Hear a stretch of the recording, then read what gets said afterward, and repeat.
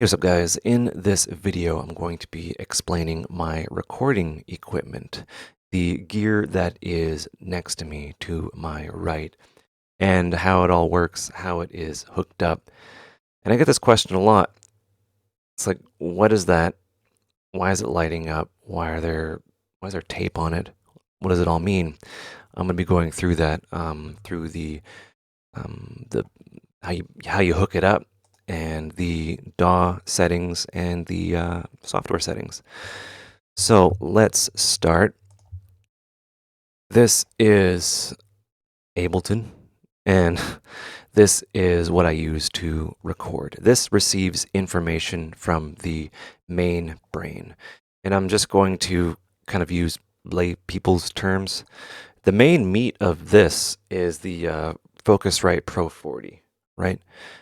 This is the interface. This is what is directly connected to my computer through a FireWire cable. A single cable is connected to this. And this is connected to everything else. That, you know, some stuff back there. It's not connected to this mic. This mic is USB to my computer, but this handles everything. It handles all the heavy lifting. It handles pad like amplification and all that fun stuff. What the computer does is it just receives the data. It receives the data, and you can do some routing and a little bit of mixing through the mixing software. But that's essentially all it does, really. It just receives whatever the interface gives it, and that's pretty cool, and that's what we've all agreed on. It works quite well. And the reason why I chose the Pro 40 is basically it has a lot of I/O, inputs and outputs, and it has flexibility, and I can expand upon it. And I did.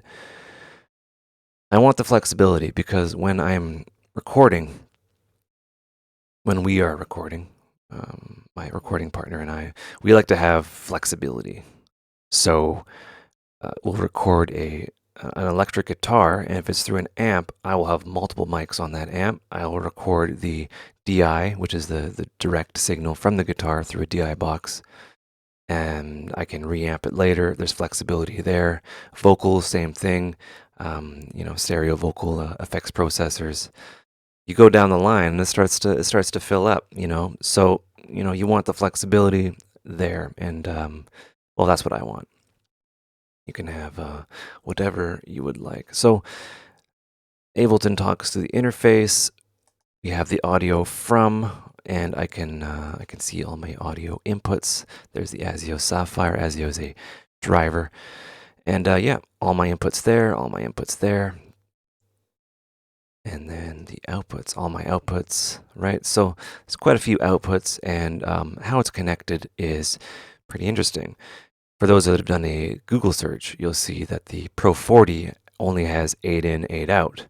How do I have, 20 ins and 20 outs? How does that work?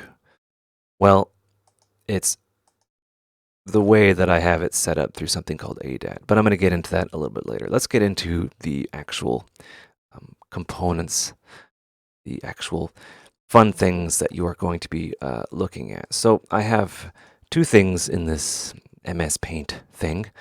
I have the front, what you see in the front, these are the units that I have, and then the back. So let's look at the front first, right? This will become, more and more clear.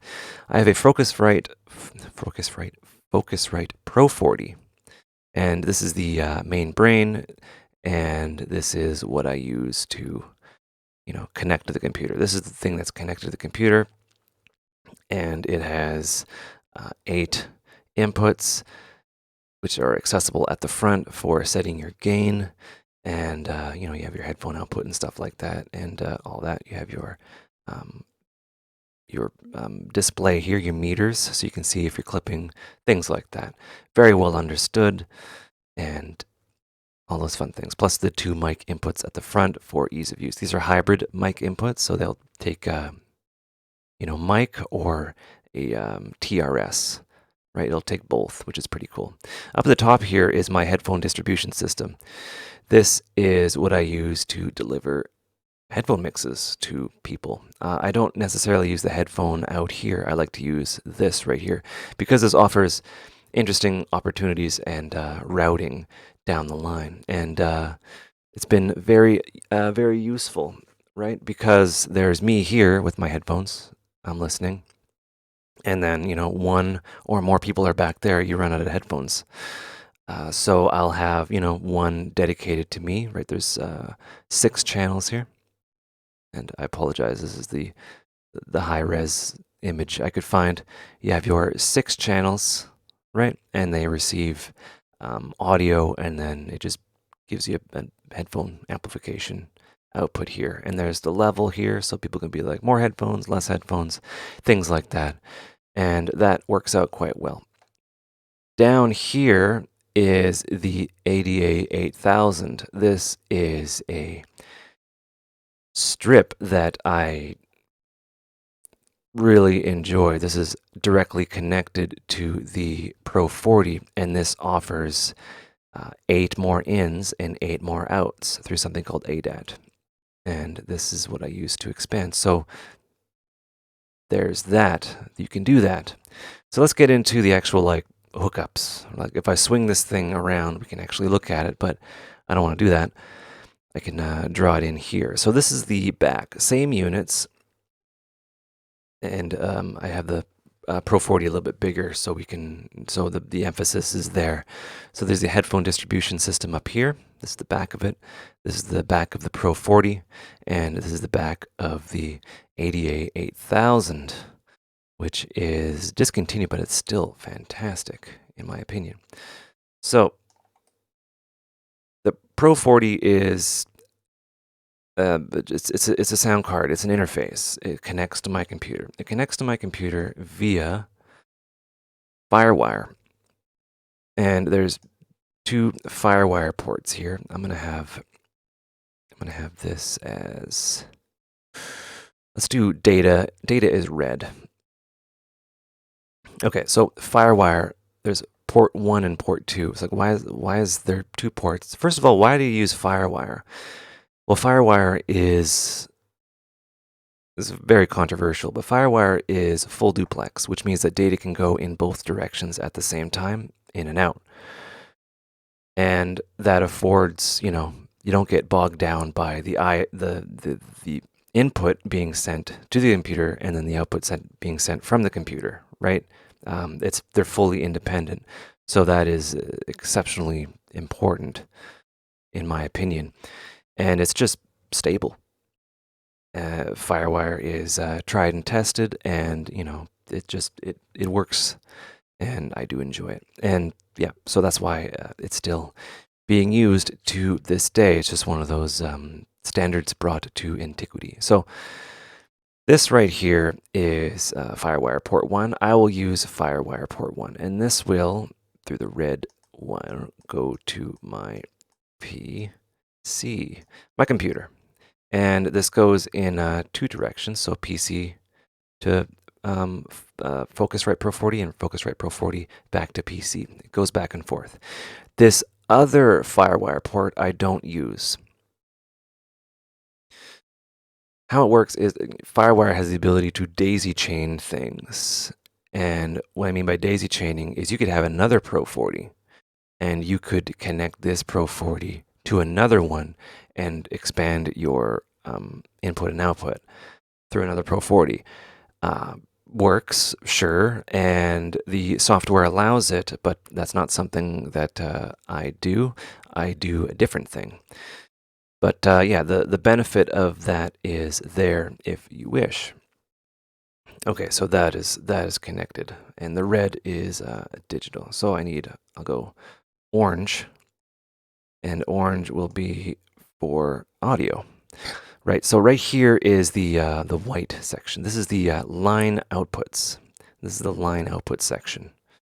So what does that mean? Well, line outputs output sound, and by default, this white one here is for monitor. This is what you hook up to your monitors.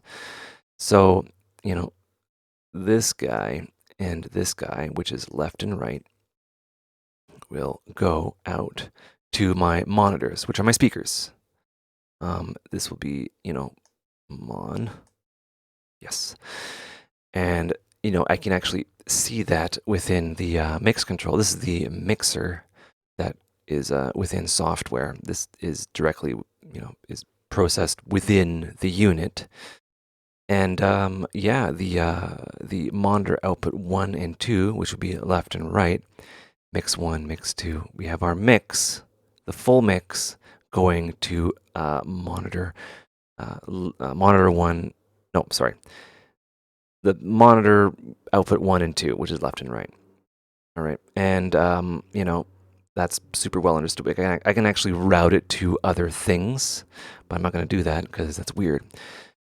How it works is you have your multiple mixes that you can send to other things. It's extremely flexible. But I'm going to get into that. But yeah, everything that you hear will go to the monitors, right? Then this is by default, the monitor output. You actually don't need to use, you don't even have to use this. It's just kind of out of the box, all right? And from here, we'll go back to data. Data is red. MIDI in and out. This should be self-explanatory. My MIDI out and in is managed by my Motu timepiece, which is beyond the scope of this video. MIDI timepiece is just a glorified MIDI router and splitter and merger, and it does a bunch of things. But when you have, I guess, a lot of outboard effects processors and synths that rely on something called a clock, right, to tell it the BPM for time-based effects, it's very important that, you do that. And there's also MIDI in, out, and through on the back of a lot of units in synths, so the MIDI can be passed through. You can have up to 16 channels of MIDI, but that's well beyond the scope of the video. So MIDI in and MIDI in and out. Actually, this goes in. That MIDI in and yeah, MIDI out. So that's very well understood. And I don't use SPDIF, although it is an option if I wanted to. I don't use that. I also don't use this FireWire port here, although I could. And out of the box, that works. And I can, have a bunch of stuff plugged into the inputs.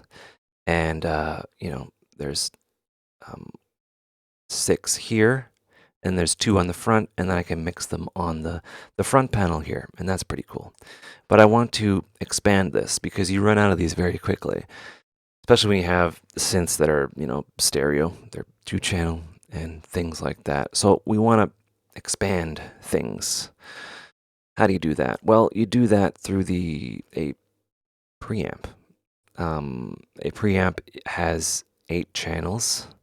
This one in particular has 8 channels in and 8 channels out. And it's extremely useful. And these are cool. And they're affordable.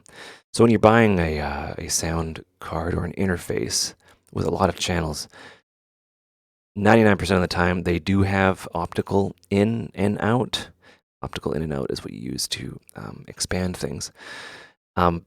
Make sure it has that. And if it has that, you can, expand upon your situation. So I want to expand the input. So I got this 8000, and out of the box, it communicates through something called like light pipe or ADAT or optical. There's a number of different names for it. What it is it's a red light that flashes very quickly, and it carries 8 channels of audio. It can do that, and it's been around since the 80s, and Elisis invented it, and it's pretty cool. So we actually need to combine these two through light pipe, and it's super awesome. The output of the preamp, right, needs to go into the input of the in through a cable. And when we get into this, it gets kind of not confusing, but there's some considerations. So this is a digital signal, right? It's red. And how it works is it doesn't know what it's receiving. And, people like different gear when it communicates digitally, people need to know like who's boss, who's leading. And, you've heard of clock speeds. Or not, sorry, sample rates, 44.1, 48, 192, all these different rates.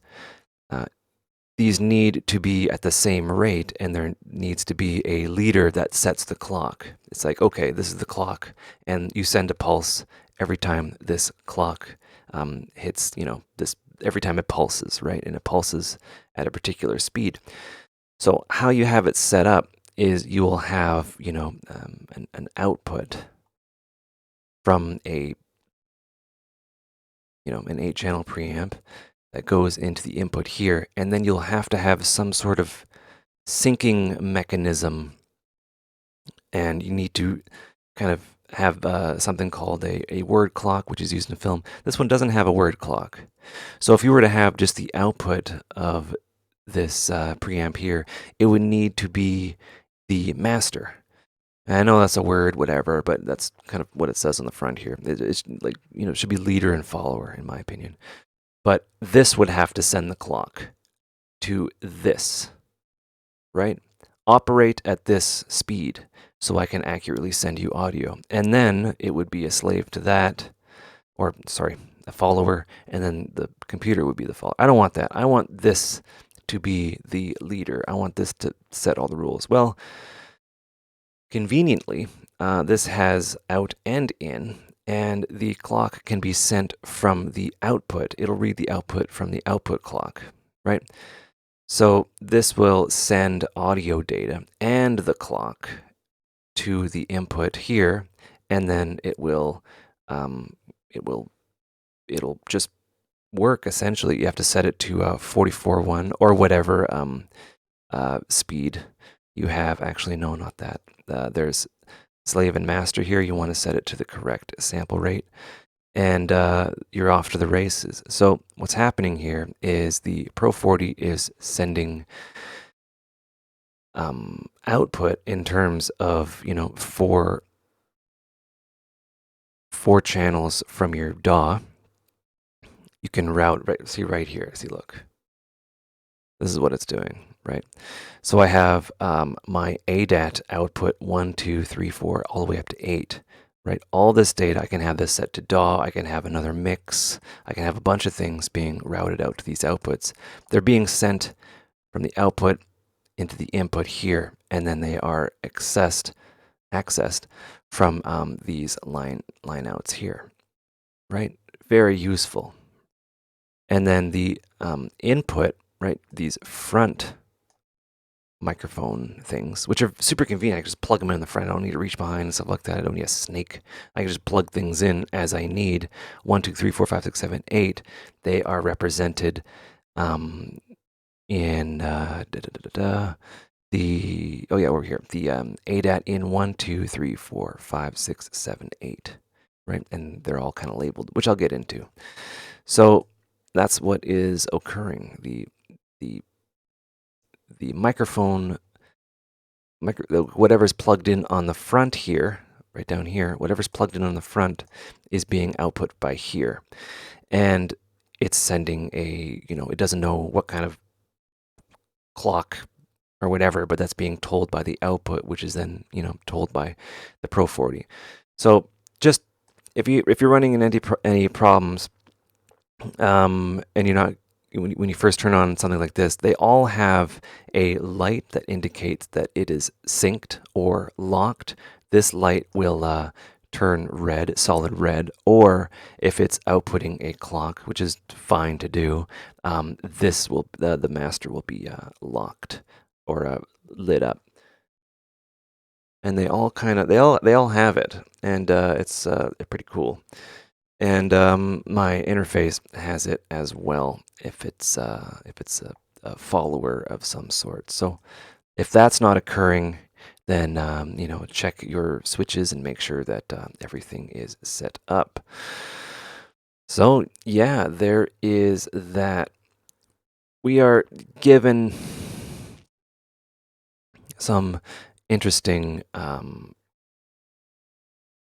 opportunities here, right? So we've effectively turned our 8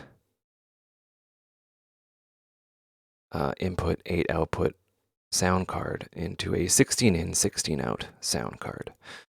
And that gives us a lot of flexibility. So if I want to, send things to the headphone mix, I can do that. It's super duper easy. So how it works right now is this annoys me about the Pro 40. It doesn't follow, the same convention. So this audio jack is 1, this one is 2, right?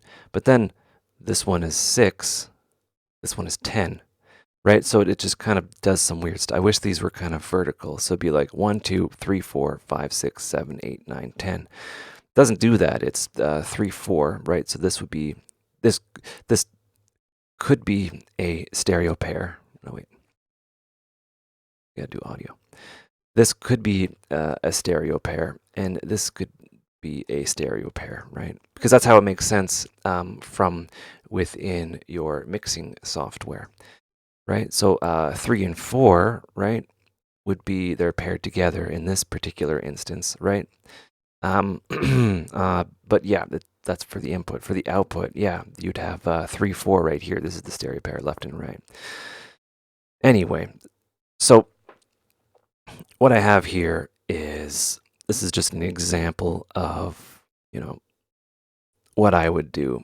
I would reserve maybe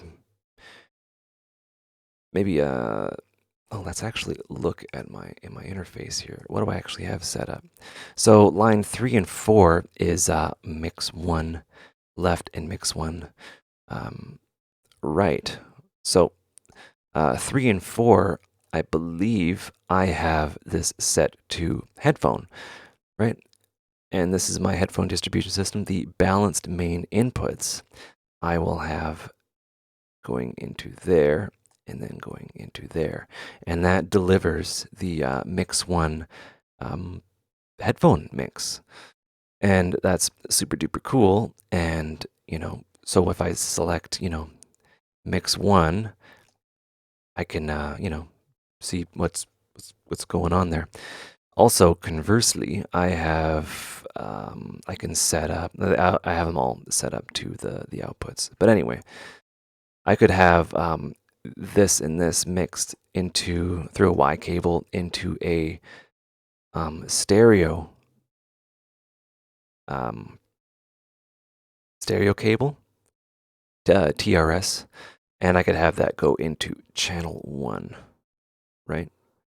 And oh, that's output. Sorry. The inputs, stereo auxiliary inputs, I can have into this one right here. And there's input sensing, and what that will do is that will set channel 1 on my distribution amplifier. What am I pointing at? It's right here. This would be, channel 1 here. I'll have control over that because I can send whatever mix I want, 5, 6, right? I can have mix 2 or mix 3 going to 5, 6, right? Right, in my separate mix tab. So I can set up another headphone mix for someone else, which I tend to do. And I can have a bunch of mixes here. And yeah, it's pretty exciting. And that is that essentially. And this gives me the flexibility. Typically, if I'm recording just one person, I'll just use the headphone mix that they want. And just to make it easy, I'd be like, okay, this is what it sounds like. Like typically, you'd want a little bit more reverb on the vocals when you're recording, which I don't mind. And, I'm not really listening to the fidelity. I'm making sure that, everything is kind of not clipping.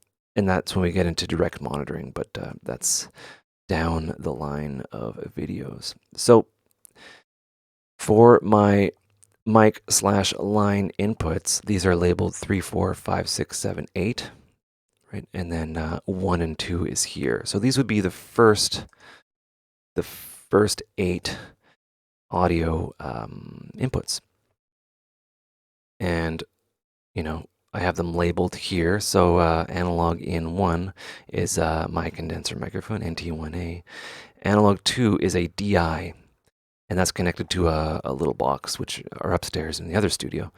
And this allows me to, record stuff through the DI, if that makes any sense. 3 and 4 would be the, let's just kind of go through them one by one here. So, yeah, this would be the NT1A, 1A, and then this would be my DI. Right, and then I have gain controls there, and I have the phantom power, which is very important. Phantom power, you need phantom power for certain things, and my DI passes phantom power, and it's there if I need it, which is pretty cool. And yeah, there is that selectable channel 1, 4, 5, 8, very useful. And then 3, 4, I believe, is a stereo pair. Yeah, that is the effects processor voice, right? You can merge things like this, so you don't have to like hard pan the channels. You just merge them and they work. These two, are put together. This would be, oh wait. Yeah, I'll just do the this would be vocal, right? Nope. Vocal coming in, and you get the idea. I shouldn't go through all these, but you go through like one by one, and you can see there's my vocal processor guitar, the Virus P, which is ADAT in and ADAT 2. This is my polar, is the audio output of my polar. So where's that? Well, that's actually on the front panel. It should be right here, right? Let's confirm that. Right, Virus P would be ADAT in 1, ADAT in 2, right? So this will go to my virus. I'm actually using the line in, but you get the point there. And I can plug in other things as well. And then there's direct gain here, and it gives me like a very readable meter about how loud it is. Lights up when it's clipping. You don't want to clip. And all that fun stuff. So you get the general idea. Typically, this would be my headphone. I'll just draw a headphone. This be mine, and then this one will be artist headphone. Oops, I like paint. This would be right, and I can expand this as I see fit. And then there's, direct volume. This is very high gain. Be careful. I can also mono things, and I can check for phasing issues and stuff like that. So, yeah, that's essentially it for the I/O. Obviously, there's line outs here, which, what am I using them for? ADAT out is directly from my DAW. DAW 9, that is shared. For some reason, 10, 11, and 12, 13. Super useful for sending out things and then receiving things. So this will be, so all these, each one of these I use as a DAW output. I can output 8 independent channels, and I can I can send them anywhere. I can send them to an amp. I can send them to anything, really. I can send them across the house, and it's super useful.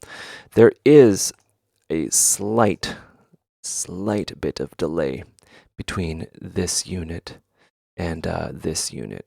So that gets into problems. There's a delay.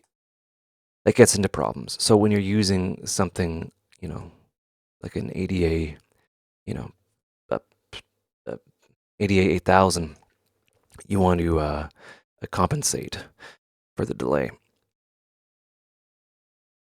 It'll be a couple milliseconds. So like critical things you don't want to have plugged in here. You want to have vocals and stuff within the unit, which brings us to our next part. So I'm going to leave that. Where am I going? All right, so we got Ableton, and then we got my mix control. And this mix control is just essentially a virtual mixer, and it helps me do stuff. These faders are what you actually hear through your headphones, through your mix, through your output. And this isn't actually what's going into the DAW. What's going into the DAW, oops, no shakiness. What's going into the DAW, let's put that up there. What's going into the DAW is just the sound from the actual preamp. And I'll give you an example here. I have a talkback. What I have plugged in and hooked up right now is my talkback microphone, which is ADAT in 8. Be like, hey, check, check, check, check, check. And this is what I use. This is what I use to talk to people in their headphones, to be like, are you ready? Let's do a take. Are you comfortable? You know what I mean? Just because, no one's going to hear me. And let's just do this mic here. So this is kind of just what you are hearing. And this has no latency because it's from within the unit. And I'll explain what that does in a moment. I just want to set that up. Okay, so that is my talkback mic. That is the thing that I'm going to use as an example. And I'm going to set up an external in. So here's where the convention gets wacky. The outputs are 1 to 20, but the naming convention is analog in 8, and then it goes 8 in 1, 2, 3, 4, 5, 6. So you kind of have to do some math. So this is actually 9 and 10, 9 and 10 stereo, which is right here, and this right here would be 16. So channel 16, we got mono channel 16 here. So that should work. And yeah, we can see 18 lighting up down there. I'm just scratching the microphone here. But guess what? You're not actually hearing it because the channel is muted, but it's still going through to this guy right here. So let's, what I like to do, I'll just turn that off because I don't actually want to hear it, and I'll monitor in. So we can see the microphone is doing some stuff, but we don't actually hear it. And this is important, right? Ableton records what's actually being fed into the preamps, and this makes it useful to record because you don't actually want to hear this 9 times out of 10. You don't want to hear what the DAW is actually recording. You want to hear the actual like a mix that you're comfortable with. But if I have a mix and I have certain things really low, they're not. You want to be close to unity. You want to be close to unity as possible without going over. You don't want to go over 0, right? So I'm approaching 0, but that's all well and good. So I want to keep that consistent, right? So what I do is, I set everything so that, it's not clipping and it's as close to unity, close to 0 as possible without going over, to give myself, headroom and stuff like, not headroom. So, the signal to noise ratio is not occurring. But then I kind of take this and set up the headphone mix. So I have things happening in here like this. Things are happening. Just imagine this whole thing is lighting up. It's happening. It's happening. And I'm recording it, but you're not actually hearing it through the actual DAW. If I were to turn the DAW on, you would hear it, right?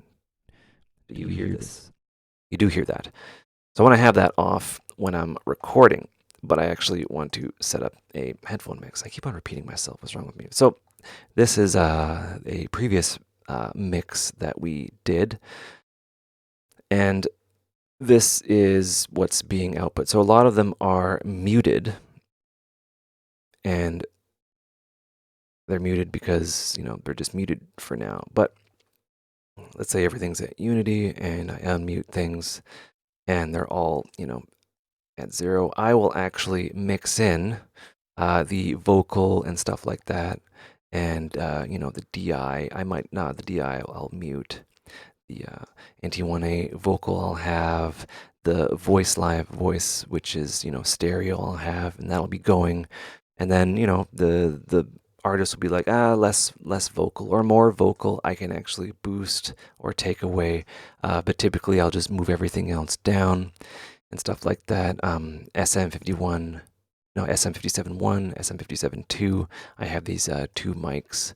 I'll just probably have one going, and then the other one will be there if we need it. I'll have that going. That'll record something.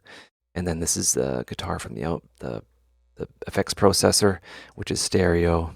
More guitar, less guitar, and I'll build a little bit of a mix within this so that, things are, the performer is comfortable and the levels are good. And once the levels are good, headphone has the right volume. I'll adjust the volume. They'll give a good performance, but what I've recorded in Ableton has, I guess, things that are, close to unity, which is very useful. So yeah, again, all these things are very important, and the critical recording is done within the actual unit, not the ADAT, not the ADA 8000. So that's all well and good. But let's say I have multiple people and they each, excuse me, they each want their own headphone mix. It's like, I want more of me in my blah, blah, blah.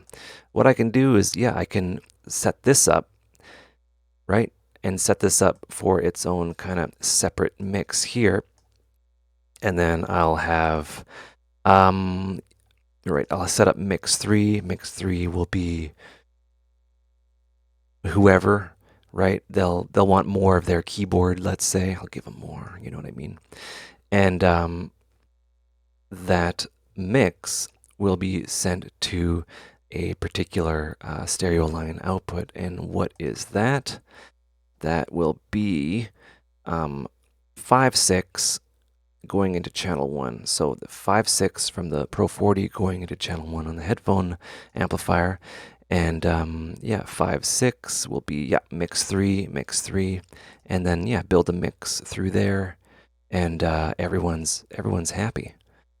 And you can have a bunch of different mixes. It's super fun, and there you go. So from there, sometimes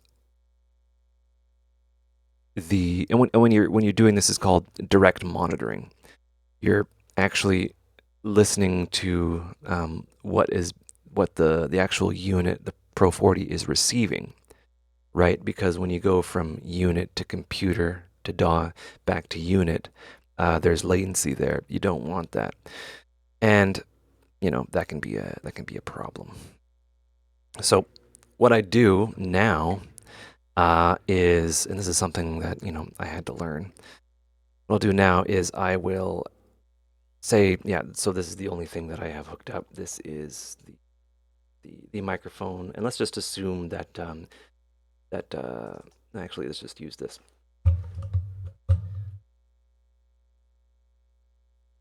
All right, so this is my talkback microphone. I might sound a little bit weird, but this is what you'll want to hear when you are, listening to yourself. You want to hear the microphone that you're singing into, so this microphone is being direct monitored. However, it does not have effects on it, and a dry microphone can really kind of throw people off. So what I'm going to do is I'm going to have this. This is going to be the the signal that I record, right? And this right here is going to be a parallel of that, and it's going to be the effect that I do enjoy. And I'll just add in an effect here. Typically, it's delay or vocal. And we're not going to get, there's going to be latency, but it's not going to matter all that much because it's a time-based effect. I'll set the pre-delay to 0, and I will kind of control the effects, controlling the effect in the DAW, and I'll dial this in and stuff like that, which is pretty cool. And this is how I get a nice little fun headphone mix, and this is what they'll hear. And what's being recorded is the dry signal. And yeah, I'll just kind of demonstrate that right quick.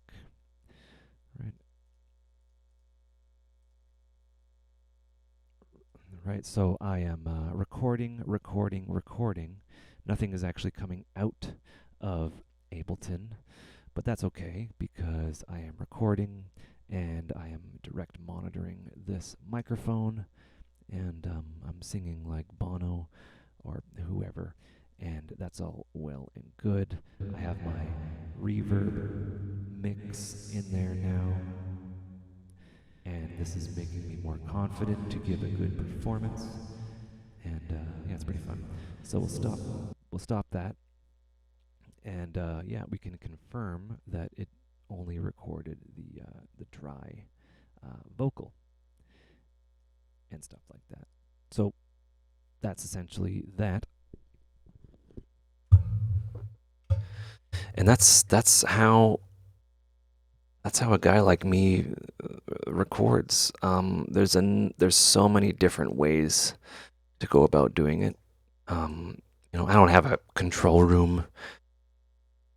Well, I kind of do. I don't have a piece of glass separating me. So a lot of what I do is, I do it in headphones. They do it in headphones, and I have the mic set up in such a way that it works, and I get the headphone mix right.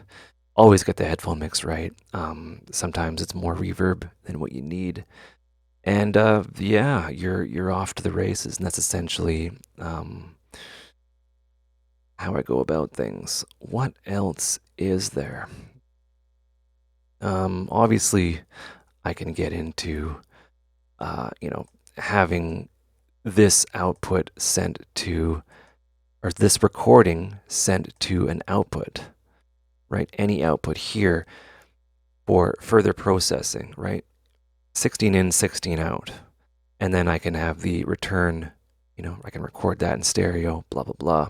And this is, super useful for, if you have a DI'd guitar, right? Like a dry guitar signal, you can send this out to an amp and then record that again.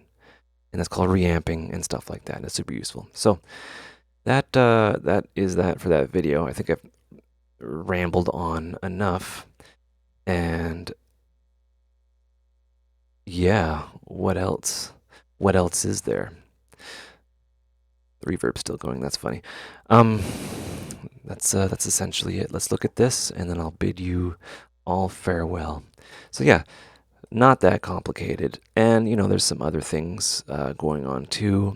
Let's say if I wanted to really expand what I was doing, I would have a 32 channel mixer, and then I would send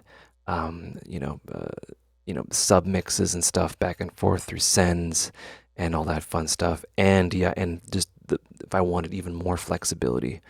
But yeah, this works for me, and it's good. It's good for recording one or two people, and even 6, I guess. But yeah, I hope you guys enjoyed that video. I hope you learned stuff. Take care and have a good one.